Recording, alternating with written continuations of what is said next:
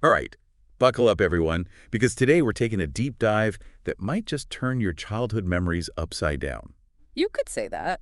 We're going way back to the very beginning of Eternia, like before the cartoon, before the theme song we all know and love, to explore the world of the original Masters of the Universe mini-comics. Oh, yeah. Those little comics that came packed in with the first action figure. Exactly. Those things. Back in the early 80s. Yeah, and let me tell you, they're a wild ride. Definitely a different vibe.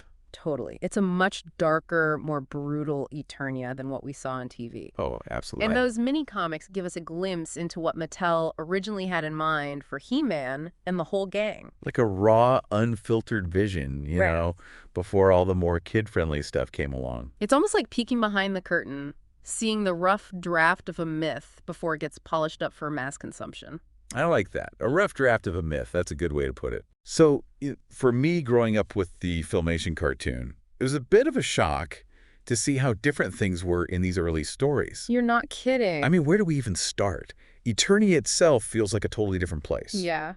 More savage, right? More savage. More like a world that's been through some serious stuff. Definitely feels post-apocalyptic, doesn't it? Totally. You get these hints of advanced technology clashing with magic and barbarian warriors.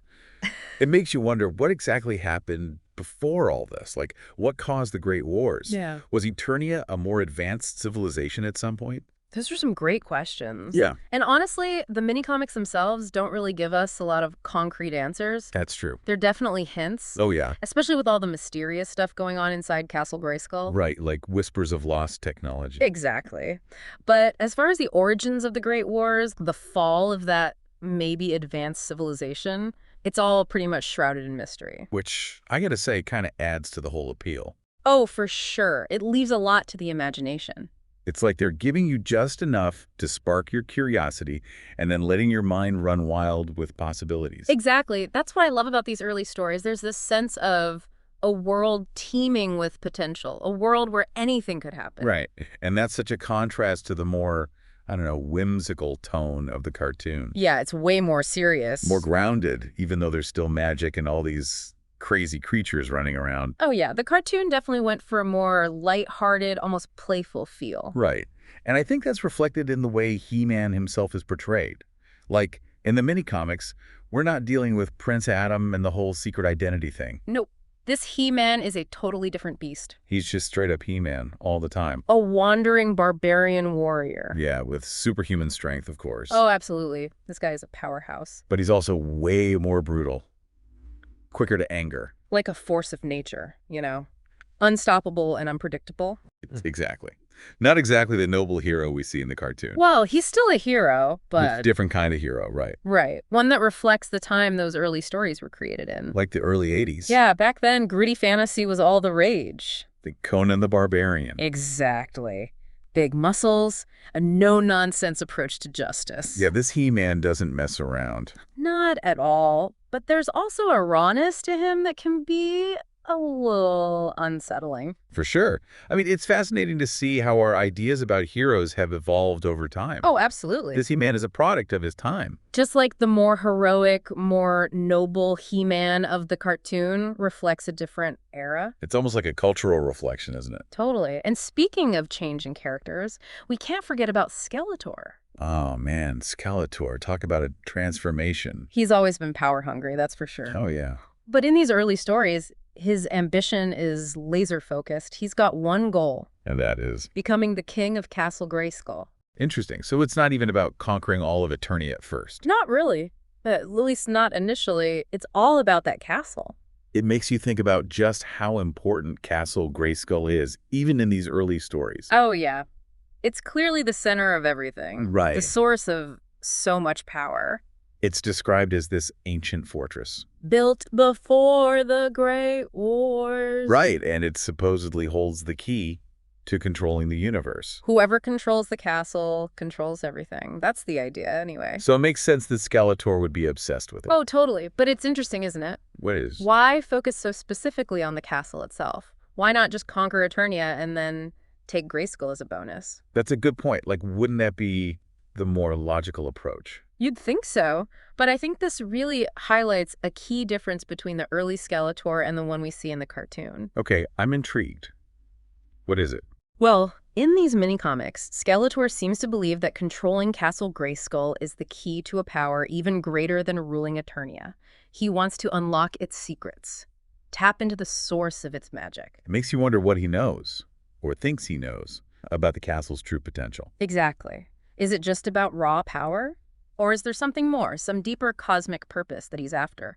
The mini-comics leave that open to interpretation. And then there's the whole power sword situation, Yeah. which is also very different from what we see later on. Oh, yeah, the power sword. That's a whole other rabbit hole. Right. In these early stories, Skeletor already has one half of the sword, And he uses it mainly as a weapon. not as a key to transform, like He-Man does in the cartoon. Nope. It's all about brute force with Skeletor. So are you saying that in these early stories, the two halves of the power sword are more like keys to unlock the full potential of Castle Grayskull itself? Exactly, that's the idea. Skeletor believes that by uniting the two halves, he can unlock the true power of the castle and basically reshape reality itself. Wow. So it's not just about military might. It's about tapping into this ancient power source that could, well, do just about anything. And that brings us to another interesting character who pops up in these early stories, Teela. Keela. But isn't she? Yeah, we know her as Man-at-Arms' adopted daughter later on. Right, right. But in these early comics, she's introduced as the warrior goddess of Eternia. Oh, yeah. And Skeletor wants to marry her, which, looking back, is kind of creepy. Oh, for sure. Especially knowing what we know now about their connection. Right. But back then, it was just this weird detail that added another layer to their whole rivalry. Skeletor believes that by marrying Teela, he'll gain legitimacy, maybe even tap into her connection to the ancient magic of Eternia. Of course, he has no idea that she's actually his daughter, which just makes the whole thing even more messed up. It's classic Skeletor, though, isn't it? He's Well, so blinded by his ambition that he can't see the truth that's right in front of him. it's these kinds of twists and turns that make those early mini-comics so fascinating. Oh, absolutely. We're seeing these iconic characters in their most raw and unfiltered forms. Still evolving, still figuring out their place in this crazy world. Exactly. And speaking of other characters, what about the rest of the gang? Man-at-Arms, Beastman, Merman. What are they up to in this rough-and-tumble version of Eternia? Well, that's a story for another time. All right, so we're back and ready to jump back into this wilder, grittier Eternia. You know, before the break, we were talking about some other familiar names from the mini-comics. Man-at-Arms, Beastman, Merman. What are their roles in this more intense, kind of savage version of Eternia? Well, Man-at-Arms, right off the bat, he's He-Man's go-to guy. Even before Teela comes into the picture, you know? He's this brilliant inventor, a skilled warrior, all that. Yeah. But what really stands out to me is how his technology feels so intertwined with the magic of Eternia in these early comics. It's not just lasers and spaceships. Oh, yeah. It's more than that, right? It feels almost mystical. Yeah, exactly. It's almost like steampunk, but with sorcery thrown in the mix. I like that. Steampunk meets sorcery. It's a cool blend of genres, for sure. Yeah, definitely creates a unique feel for Eternia's technology. It's like nothing you see in the later versions of the story. Right. It's very specific to these early mini-comics. Okay, so what about Beastman? What's his deal in this rough-and-tumble world? Oh, Beastman. He's Skeletor's right hand. Well, maybe more like his left paw, honestly. Yeah, in these early comics, he's not exactly the sharpest tool in the shed, is he? Not really. But he's loyal and, well, you can't deny his strength. Oh, yeah. He's all brute force and fury. Yeah. Definitely a formidable opponent, even if he's not exactly coming up with the most brilliant plans. Yeah, it's more like smash first, ask questions later. Pretty much. And then we've got Merman lurking in the depths.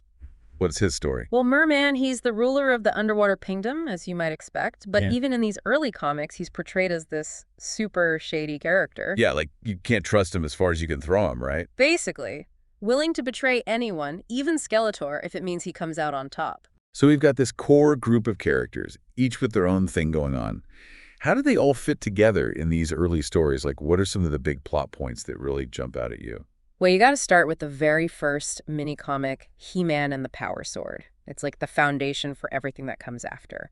Introduces us to Castle Grayskull, the Power Sword, And that whole central conflict between He-Man and Skeletor. Yeah, that first story is so iconic. And I think what's really interesting about it is how it presents Castle Grayskull. Yeah. It's not just a fortress.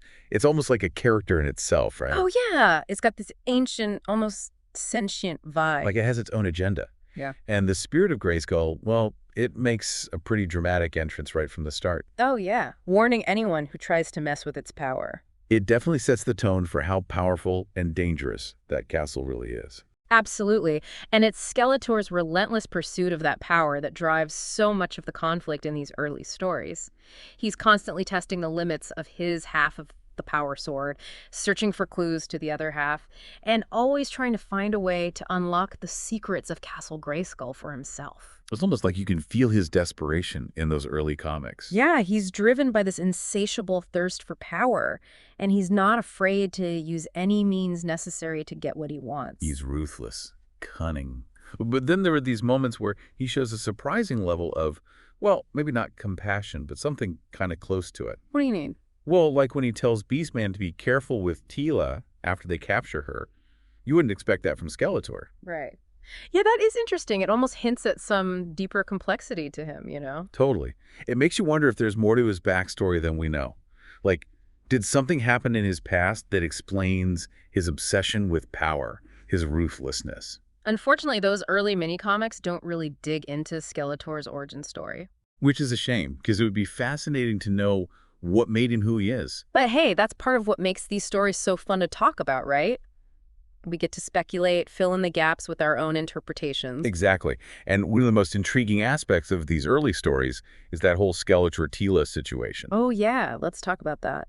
It's wild that he's totally clueless about her being his daughter in these early comics. He just sees her as this powerful warrior goddess and thinks that marrying her will give him some kind of claim to the magic of Eternia. It's a pretty messed up detail, especially knowing how things turn out later. But it also says a lot about Skeletor's arrogance, his blindness to the truth. He's so focused on power that he misses the important stuff. Yeah. Like family, even if it's a messed up family like his. And that blindness ultimately leads to his downfall. Oh, yeah. In King of Castle Grayskull, he captures Teela and brings her to the castle, thinking she'll be the key to unlocking its secrets. But Teela's not just going to sit there and let him use her. She's a fighter, even in these early stories. Oh, absolutely. She shows incredible strength and skill. It's clear that she's not just a damsel in distress. She's a force to be reckoned with. And in the end, it's her spirit, her determination, that helps defeat Skeletor.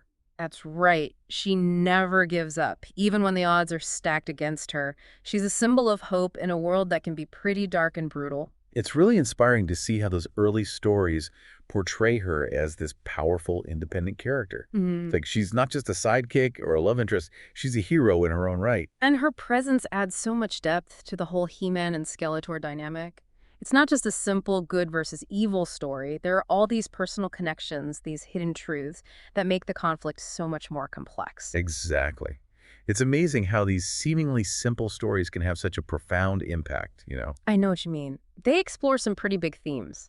The nature of power, the complexities of good and evil, the importance of courage and determination. And they do with this raw, unfiltered energy that really grabs you. Totally. They're captivating and surprisingly nuanced for what they are. As we dig deeper into these early tales, we'll see those themes play out in even more unexpected ways. So listener, as we continue our deep dive into the origins of Masters of the Universe, keep those themes in mind.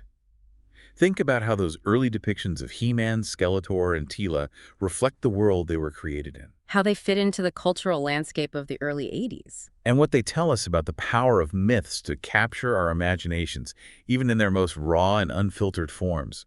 You know, it's funny, we keep talking about these early Masters of the Universe mini-comics as this, like, primordial soup of ideas. I know, right? It really is a perfect description. It's like watching these characters and these concepts kind of bubbling up, taking shape in ways you wouldn't necessarily expect. Yeah, sometimes even contradicting each other. Totally. But even with all that experimentation, there's this core energy there, this mythic grandeur that you just can't deny. Absolutely. And one of the best examples of that is how they portray the magic of Castle Grayskull in these early stories. Yeah. It goes way beyond just spells and incantations. Oh, yeah. It's something deeper, more primal, more elemental even. It almost feels Lovecraftian at times. I know. Like there's this hint of cosmic horror lurking just beneath the surface. Right. And there's a sense of awe and dread associated with Grayskull in these early comics that you don't always get in the later versions of the story. For sure. It's not just a source of power, it's a source of danger, too. A real sense of mystery and the unknown. And it's not just about the spirit of Grayskull either. It's like the castle itself has a will of its own. Oh, absolutely. It reacts to the people who try to control it, sometimes in unexpected ways. Like when Skeletor tries to use the castle's defenses against He-Man. Exactly. It's almost like the castle is choosing sides, aligning itself with good against evil. It's a really cool detail. And it speaks to this broader theme that runs through a lot of those early stories, blurring the lines between traditional ideas of good and evil, technology and magic, even order and chaos. Yeah, it's not a simple black and white morality tale. There's a lot of gray area. Ambiguity. You see it in the characters, too. Like we've talked about He-Man's brutality, those moments where Skeletor shows a surprising level of complexity, Teela's fierce independence. Right. These aren't just archetypes. They're fully realized characters with their own flaws and contradictions. And those contradictions make them so much more compelling. Absolutely. They're not perfect heroes or one-dimensional villains. They're people trying to figure things out in this world that's constantly changing around them. It's that human element that really makes those early stories resonate. It reminds you that even in a fantasy setting with magic and monsters, it's the characters, their relationships, and their choices that make the story come alive. Couldn't have said it better myself. And so as we wrap up our deep dive into these early Masters of the Universe mini-comics, I think it's important to remember how those early characterizations, those raw ideas, really laid the groundwork for everything that came after. Yeah, they set the stage for the Masters of the Universe becoming this global phenomenon. Totally. Even though the cartoon and the toys took things in a more family-friendly direction, you can still see the influence of those early stories. No, The absolutely. core relationships, the main conflict, all those iconic images, they all started here in those little black and white pamphlets. It's amazing, isn't it? Like, those creative limitations, in a way, they forced the writers and artists to be more inventive, to rely more on imagination and suggestion to tell those stories. I think that's a big part of what gives them their lasting appeal. Me too. They invite the reader to participate in the creation of the myth, to fill in the blanks, you know? So listener, as you go back and revisit Eternia, whether it's through the cartoons, the toys, or even those new live-action adaptations, take a moment to think about those early mini-comics. Remember that raw energy, the surprising twists, and those characters who, even in their most primal forms, managed to capture our imaginations and spark our sense of wonder. Because even though the stories have evolved and changed over time, those core themes, those fundamental conflicts, they still resonate with us. They tap into something deep and universal. And that, I think, is the true power of Masters of the Universe.